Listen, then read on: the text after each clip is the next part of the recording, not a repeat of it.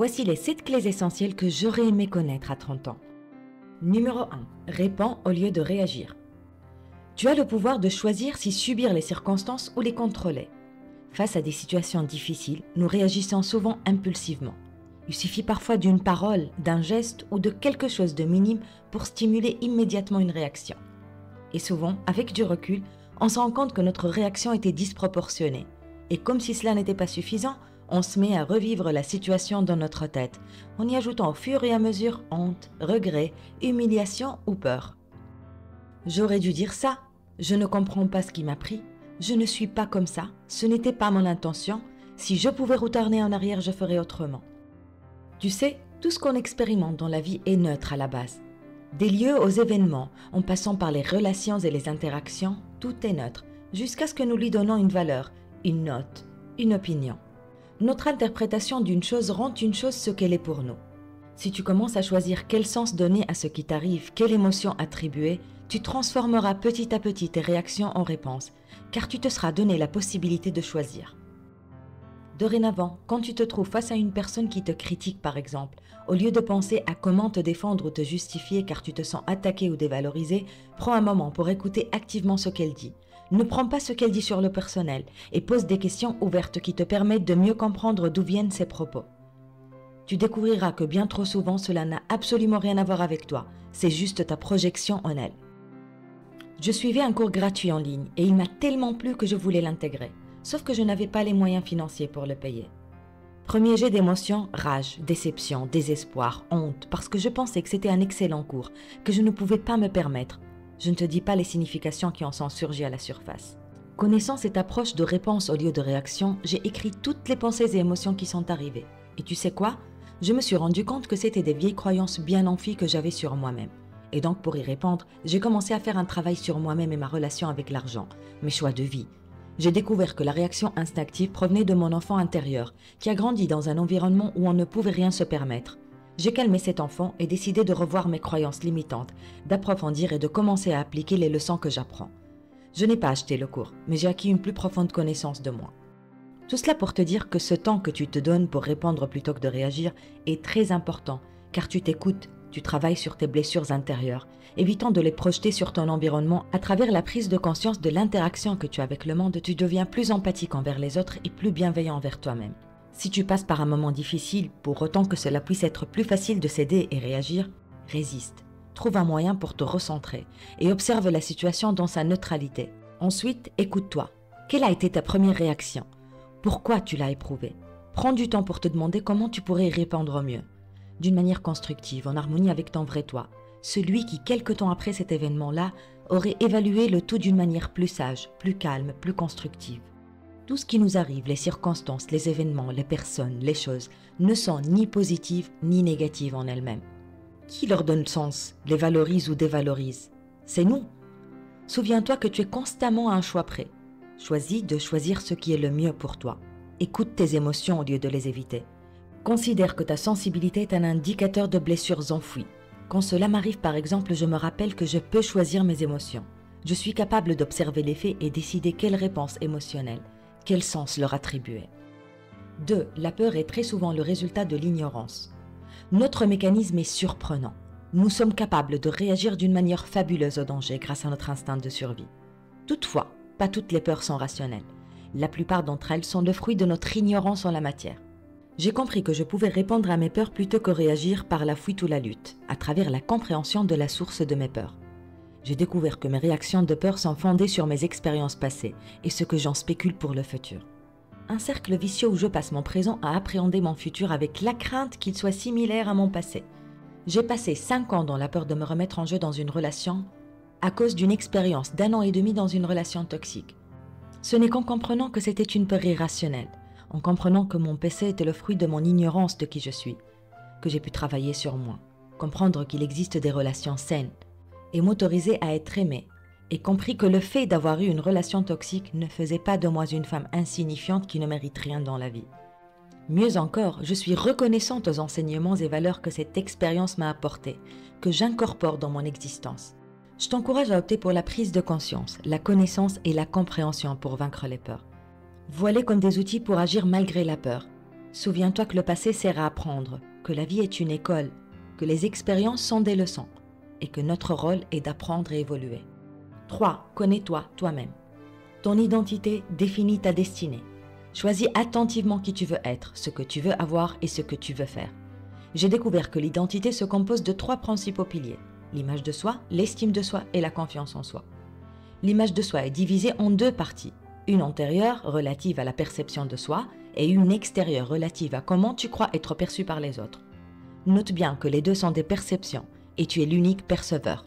Donc, laisse tomber tout ce que tu as cru être jusqu'à cet instant, parce que c'est le fruit de tout sauf ta vérité. Maintenant, le 2e pilier, c'est ton estime de soi, qui est ta valorisation de toi-même, de ce que tu es capable de faire, de ce que tu veux faire pour épouser l'image que tu désires créer de toi-même. L'estime de soi est un ensemble de croyances qu'on nourrit depuis notre plus tendre enfance. Un mélange de croyances héritées de nos ancêtres, notre histoire, culture, us et coutumes, éducation, famille, profession, expérience, emmagasinées dans le subconscient afin de produire la vie qu'on a, à aimer d'une manière puissante et inconsciente. Tu es né dans l'amour, la liberté, le courage, le pouvoir, la magie, avec un potentiel infini, pour qui tout est possible. En grandissant, ces acquis ont été opprimés. Tu dois les retrouver, tu dois tout réévaluer, tes valeurs, tes capacités, tes options, tout, mais cette fois en connaissance de cause. Retrouve cet enfant, retrouve cet amour inconditionnel, cette liberté qui sont ton droit naturel. Passons au 3e pilier, la confiance en soi, qui concerne le développement de compétences que tu as déjà. Comment? Apprends, pratique, exerce-toi, trompe-toi, tombe et relève-toi. Oublie la perfection du premier coup, cette grande arnaque du genre humain. Regarde autour de toi. Tout est parfaitement imparfait, de la manière la plus authentique. Parfait pour qui? Qui le définit? Comment le savoir avant de le devenir? Considère que la perception est un voyage, pas la destination. Décide qui tu es, ce que tu veux faire et avoir. Reste flexible car c'est une évolution. L'important c'est de rester humble pour continuer à évoluer et à te métamorphoser. Fais ce qui est bon pour toi et les autres et ne cesse jamais de croire en ton potentiel infini. J'ai toujours pensé que j'étais un nom, une profession, un code, une appartenance géographique. Et cela me faisait sentir inadéquate, invisible, incomprise. Jusqu'à ce que je me suis décidée à assumer qui je veux être vraiment, sans honte ni préserve. Peu importe si je passe pour une idéaliste ou une folle. J'aime penser que je suis une éternelle élève de la vie, un esprit éternel ayant une expérience physique, que la vie est un don que je chéris chaque jour pour le meilleur et pour le pire, en apprenant quand il le faut et en enseignant quand c'est possible. Prends le temps de choisir et décider qui tu es, ce que tu veux et ce que tu as. Tes valeurs sont ta boussole. Elles vont soit te rapprocher à la vie que tu veux vivre ou t'en éloigner. Tes qualités et tes défauts sont tes compétences et talents. Les premiers sont en ta possession et tu n'as qu'à les améliorer. Quant aux seconds, ils sont des leçons que tu dois apprendre pour les transformer en compétences alignées avec ton identité. Et n'oublie pas que ton identité est flexible, tu la forges avec le temps. 4. La relation plus importante est celle avec toi. Tu as du mal à trouver l'amour de ta vie? Tu as du mal à trouver un travail qui te stimule et te valorise? Tu as du mal à devenir prospère? La vie est injuste envers toi? Je t'invite à aller à la racine du problème. Réponds à ces questions. Comment te trouves-tu avec toi-même? Lorsque tu te regardes dans un miroir, qu'est-ce que tu vois? Lorsque tu écoutes tes conversations internes, qu'est-ce qu'elles te font comprendre? Es-tu aimable envers toi-même, empathique, gentil, bienveillant, compréhensif, délicat, respectueux? Souvent la réponse est non. Pendant longtemps, j'ai été d'une sévérité incroyable envers moi-même, équivalent à la gentillesse dont je fais preuve envers les autres, ce qui m'a fait changer d'attitude envers moi-même, un examen de conscience profond survenu suite à une question qui m'a réveillée. Sortirai-je avec moi-même ou une personne semblable à moi? Question à laquelle la réponse a été non pour très longtemps. Ce n'est qu'en faisant une liste claire de l'homme que je cherche pour ensuite le confronter avec mes propres qualités que j'ai réalisé que j'étais loin d'être ce que je veux voir chez l'autre. J'y ai travaillé jusqu'à ce que j'ai rencontré cette personne. Tout cela pour te dire, tout est énergie, attraction. Et l'énergie que nous émettons est celle que nous recevons. Comme lorsque tu veux regarder un programme à la télé, tu mets la fréquence de ce dernier pour la manifester. Si tu chasses les choses, si tu cours derrière ce que tu veux et ce dont tu as besoin, sache que ce sera toujours ainsi. Suis-le, il te fuit. Tu veux avoir plus d'argent? Revois ta relation avec l'argent. Tu veux un homme? Revois ta relation avec les hommes. Un meilleur travail? De meilleurs amis? Plus d'opportunités? Une meilleure santé? Crée une relation saine avec chacune d'entre elles. Dans une relation saine et authentique, on ne court pas les uns après les autres. On ne s'évite pas. On ne se maudit pas. Plutôt, on s'attire. On accueille, on accepte, on remercie, on célèbre. Une bonne relation, c'est donnant-donnant, respect mutuel, échange, amour, voir le meilleur en l'autre et être la meilleure version de soi. Souviens-toi que lorsque tu es devant le miroir, tu dois lui sourire pour qu'il te sourie en retour. 5. Il est vital d'avoir un objectif clair et précis. Nous sommes par nature axés sur les buts et objectifs. Prenons l'exemple d'un bébé, il est axé sur l'amour de ses parents et la nourriture. En grandissant, ses objectifs évoluent. Nous sommes constamment à la quête d'un sens à la vie, et avoir des objectifs clairs nous aide à avoir cette clarté. S'il y a une chose sur laquelle j'insiste et que je prêche, c'est bien celle-ci. S'il te plaît, prends tout le temps qu'il faut pour décider de ce que tu veux vraiment. Parce que sans une destination claire, tu vas tourner en rond. Le temps est la chose la plus précieuse qu'on a. Et il est vital de le consacrer à faire ce qui nous motive, nous stimule et nous propulse. Rêve en grand, défie-toi. Sors de ta zone de confort, agis malgré la peur pour atteindre tes objectifs. Ne les traite pas comme une chimère, prends-le au sérieux et agis comme si ta vie en dépendait. Tu veux être écrivain, avocat, pâtissier, infirmier, médecin, créateur, influenceur, peu importe. Ce qui compte, c'est que cela soit quelque chose pour laquelle tu as hâte de te lever le matin et de laquelle tu rêves toute la nuit.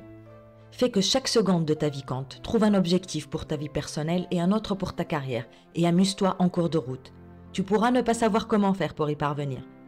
Le considérer impossible, et c'est bien, parce que cela signifie que tu es en train d'entreprendre un sentier méconnu. Souviens-toi que tu ne dois pas tout savoir tout de suite. Sois compatissant et ouvert, et garde la foi que le comment va se révéler à toi au fur et à mesure que tu avances. Autorise-toi à rêver en grand, à oser, à échouer, sans jamais abandonner. Tu as en toi quelque chose d'unique que le monde a hâte de découvrir, une lumière qui n'attend qu'à être allumée. Et si tu doutes de toi ou de ce que je dis, alors regarde autour de toi. Les exemples de personnes qui ont eu des objectifs clairs, qui semblaient impossibles et qu'ils ont réalisés changeant ainsi le monde, sont infinis.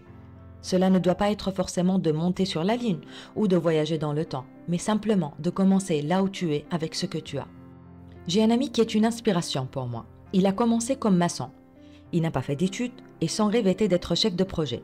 20 ans plus tard, il est directeur de chantier dans une grande société italienne qui restaure les édifices patrimoniaux à Turin. Il est tunisien, immigré en Italie, sans diplôme. Il a appris, il a passé des concours et il touche son rêve avec les mains.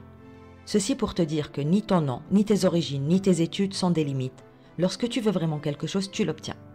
6. La perfection est la chose la moins authentique au monde. Le perfectionnisme est une tendance à rechercher la perfection en établissant des standards de performance très élevés, qui engagent dans une auto-évaluation critique et portent des préoccupations excessives concernant les éventuelles erreurs. Cette tendance cause insatisfaction et peur de l'échec. Lorsqu'on veut être, faire ou avoir quelque chose pour la première fois, on a tendance à vouloir qu'elle soit parfaite. Et tu sais ce qui se passe dans ces cas? Tu tombes dans le mécanisme de paralysie par analyse. Autosabotage, peur de l'échec, rejet, dérision, ce qui engendre stress, anxiété et pessimisme. Le perfectionnisme est une forme de procrastination où tu te figes en attendant d'être parfait, croyant que tu n'es personne pour faire ce que tu désires, autrement dit le syndrome de l'imposteur. Mais en vrai, ce qui rend imposteur, c'est de refuser de faire ce que tu aimes, de te mettre en jeu et d'apprendre, surtout que le vrai perfectionnisme se construit à travers la constance, l'expérience, la résilience. Le perfectionnisme vrai suit un processus. Lorsque tu veux perdre du poids et gagner en muscle par exemple, tu sais que tu n'es pas encore cette version de toi et que pour y parvenir, tu dois suivre un régime et faire des exercices. Le même principe s'applique pour toute autre chose. Souviens-toi que le papillon est d'abord une chenille et que le sapin était une graine. J'assistais à une masterclass en ligne sur les petites entreprises dans une séance en particulier. Il a fait une réflexion qui m'a illuminée. Il disait « Ton projet doit offrir de la valeur à tes clients. Il peut s'agir de résoudre un problème, d'entretenir ou d'enseigner. Tu n'es évalué dans aucune de ces trois. Alors pour surmonter le syndrome du perfectionnisme, arrête de te concentrer sur toi-même et concentre-toi sur ton client. Est-ce que ce que tu offres l'aidera, lui sera utile? Libère-toi du poids du regard des autres. Concentre-toi sur ce que tu peux leur apporter. Comment pourrais-tu contribuer? Sois authentique dans ce que tu fais, sois humble. Reconnais lorsque tu ne sais pas et engage-toi à apprendre. Les gens ne cherchent pas un gourou au sommet de la montagne pour prêcher. Ils s'identifient mieux avec un leader qui leur montre comment escalader cette montagne. La perfection est un parcours, non pas une destination. On n'est pas parfait, on le devient. Cette réflexion résonne encore en moi. Que dirais-tu de la considérer pour cesser de courir derrière la perfection et commencer à être toi, qui contribue à rendre ce monde meilleur, de là où tu te trouves, avec ce que tu as. 7. Dernière mais pas par ordre d'importance, le verbe le plus puissant de l'univers est choisir. Celle-ci est ta vie, et crois-le ou pas, tu as le libre arbitre, rien que par le fait d'avoir le choix. Tu choisis ce que tu tolères, ce que tu crois, si tu veux réagir ou répondre, ce que tu veux, ce qui t'effraie, ce qui te motive. Tu choisis tes décisions, tes opportunités, ce qui est bien ou mal pour toi. Il y a deux choses qu'on ne peut pas choisir, qu'en naître et qu'en mourir. Tout ce qu'il y a au milieu est en toi. Tu veux l'utiliser à ton avantage comme une bénédiction ou le voir comme une injustice, une malédiction. Ce que tu crois, tu as. À chaque instant présent, on a une infinité de possibilités. Aujourd'hui, en ce moment précis, tu es devenu conscient de ce verbe. Je dis bien conscient, pas en connaissance, pas découvrir, mais conscient. Que choisis-tu de faire de cette prise de conscience, de cette vidéo, de ce contenu? Veux-tu rester le produit des circonstances ou devenir l'acteur principal de ta vie? Veux-tu répondre ou réagir? Craindre ou comprendre? Être ou paraître? Personne ne viendra pour te sauver parce que le super-héros se trouve en toi. Réveille-le et crée ta vie. Laisse un commentaire ci-dessous pour déclarer ce que tu choisis d'être aujourd'hui et partage cette vidéo avec une personne qui a besoin d'écouter ce message. Merci d'avoir regardé, abonne-toi à ma chaîne si ce n'est pas déjà fait et on se voit dans la prochaine vidéo où j'explore les systèmes de croyances. Bien à vous, Kauthar.